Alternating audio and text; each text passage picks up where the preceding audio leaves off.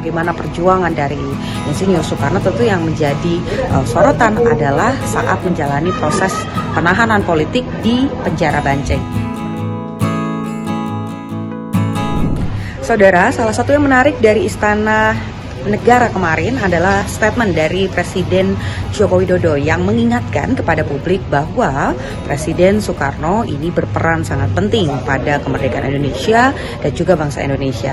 Salah satu poin yang disampaikan juga berkaitan tentang bagaimana sebetulnya meski sempat dijadikan tahanan politik di era Hindia Belanda, Presiden Soekarno atau Insinyur Soekarno, Bung Karno ini bukanlah pengkhianat bangsa. Dan saat ini kalau kita berbicara soal perjalanan bagaimana perjuangan dari Insinyur Soekarno, tentu yang menjadi sorotan adalah saat menjalani proses penahanan politik di penjara Bancai. Seperti yang Anda saksikan saat ini, bagaimana di sini ditulis perjalanannya mulai dari penangkapan Insinyur Soekarno pada tahun 1929, kemudian juga di 1930 mulai disidang di Landrat Bandung gitu, dan juga yang lainnya. Satu hal lagi yang menarik adalah di situs sejarah yang saat ini saya berada saat ini adalah bentuk dari penjara ataupun juga ruangan yang digunakan ataupun juga ditempati oleh Bung Karno pada saat itu. Bisa Anda saksikan di ruangan yang tidak terlalu besar ini, Bung Karno menghabiskan waktu untuk membaca, berpikir, kemudian juga menulis poin-poin apa saja yang berkaitan dengan kenegaraan pada saat itu di barang-barang yang ia miliki dengan segala keterbatasannya. Bisa dibungkus rokok, kemudian juga di daun ataupun juga kertas-kertas yang ada.